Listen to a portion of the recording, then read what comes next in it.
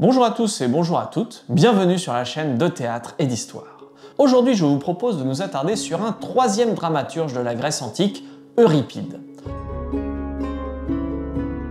Contesté par ses contemporains, mais jouissant d'une grande popularité à son époque, nous connaissons malheureusement peu de choses de sa vie, beaucoup d'informations le concernant étant soit tardives, soit sujettes à caution. Cette aversion de ses contemporains se caractériserait par les modifications qu'il a apportées sur les éléments structurels et les fondements de la tragédie. Allez, en scène pour découvrir le parcours d'un nouveau dramaturge grec.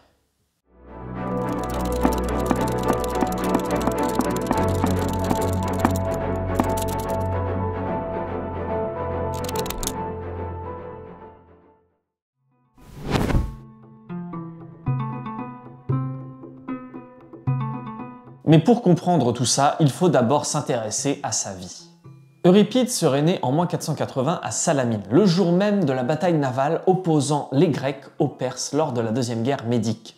Et il y aurait une explication à cela. Ses parents, originaires d'Athènes, auraient fui la ville et trouvé refuge sur l'île pour se protéger de l'avancée des Perses. Son nom viendrait d'Euripe, le nom du détroit qui sépare l'île de Salamine de l'Attique. Il va d'abord suivre une éducation sportive après que son père, Mnesarchos, se soit fait prédire par un oracle que son fils récolterait les lauriers de la gloire. Mais ce qu'il ne sait pas, c'est qu'on ne parle pas des lauriers des Jeux Olympiques, mais bien des lauriers des concours de dramaturgie.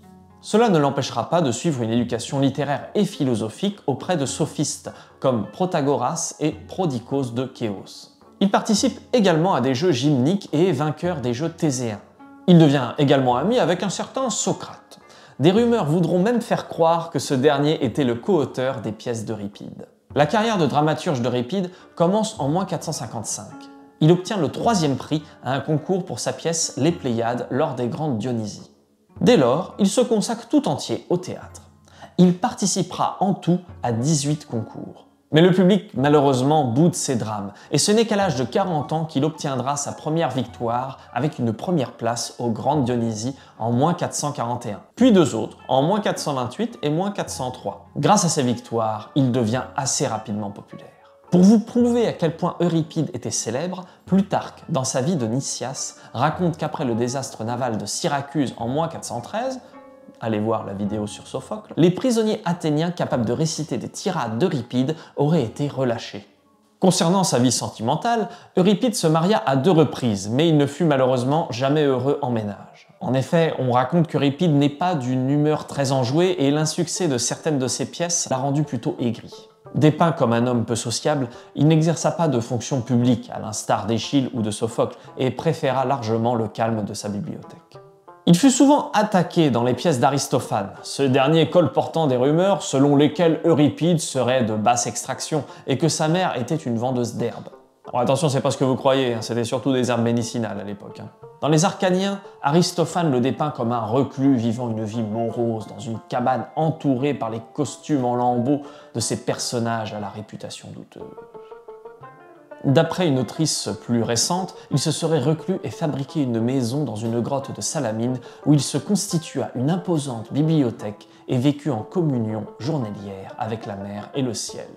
Euripide se retire en Macédoine en -406. Parvenu à la cour d'Archélaos, il écrira 2 pièces, les Bacchantes et, pour faire plaisir à son protecteur, une pièce nommée Archélaos, qui est aujourd'hui malheureusement perdue. Pour vous donner une idée de l'amitié que lui porte Archélaos, on raconte qu'Euripide aurait été élevé au rang de ministre d'État. Euripide meurt au début de l'année -406. Une double tradition voudrait qu'il eût péri déchiré par des chiens ou par des femmes, ou frappé par la rudesse de l'hiver macédonien, selon le professeur Richard Rutherford. Son ami Socrate connut également une fin tragique, jugé et condamné à mort en -399. L'œuvre d'Euripide demeure assez importante et il inspirera des dramaturges comme Corneille ou Racine. Pas mal pour quelqu'un qui finalement passe du statut de mal aimé à bien aimé.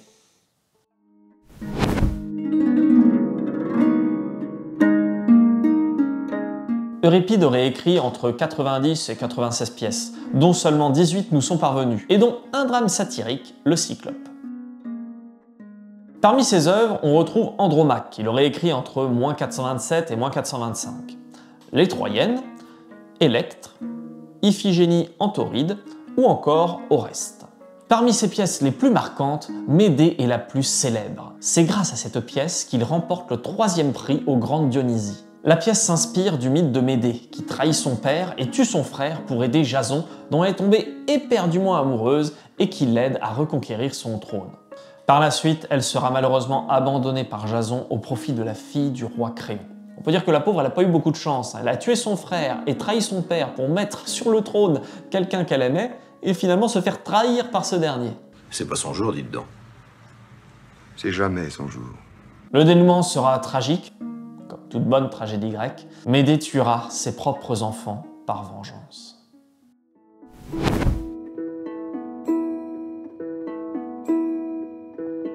Euripide fut régulièrement attaqué par Aristophane pour le style novateur de ses pièces. En effet, Euripide se permet de critiquer les pratiques religieuses, les mythes et leurs conséquences. Il veut ouvrir un débat public sur ces questions-là. Il s'inspire beaucoup de l'univers sociopolitique dans lequel il vit. Aussi, les héros retrouvent des sentiments plus humains, comme l'amour, la jalousie, la soif de revanche, ou encore le remords. Vous savez, ce que n'ont pas les politiques. Parce que oui, nous, sur De Théâtre et d'Histoire, on ose dénoncer les choses. Dans sa manière d'écrire et de mettre en scène, Euripide bouscule aussi les codes. Les prologues, qui servent d'exposition à la pièce, vont maintenant décrire avec moult détails les actions passées. C'est souvent très verbeux, pour rien vous cacher, et assez chiant. Les divinités des pièces d'Euripide ont une place importante dans le récit. De plus, la spectacularisation se développe. On veut obtenir un effet. Des héros vont apparaître en haillons, des rois déchus affublés de vieux vêtements. Le but n'est plus d'évoquer la douleur psychique et physique, mais de la concrétiser devant les spectateurs. On va développer tout ça sur scène avec des bûchers, des armes et armures, du mobilier mouvant et d'immenses cortèges suivant les comédiens. Bref, Euripide, c'était une sorte de Robert Hossein antique. Malgré les critiques qu'il reçut par ses contemporains, Euripide avait un esprit très novateur et influença fortement le théâtre. Sa vision du théâtre ressemble à ce que l'on peut toujours voir dans les théâtres d'aujourd'hui. J'espère que cette vidéo vous aura plu et vous aura permis d'en apprendre davantage sur la vie d'Euripide et son théâtre. N'hésitez pas à vous abonner, à partager et à liker. D'ici là, je vous dis à bientôt pour un peu plus de théâtre et d'histoire.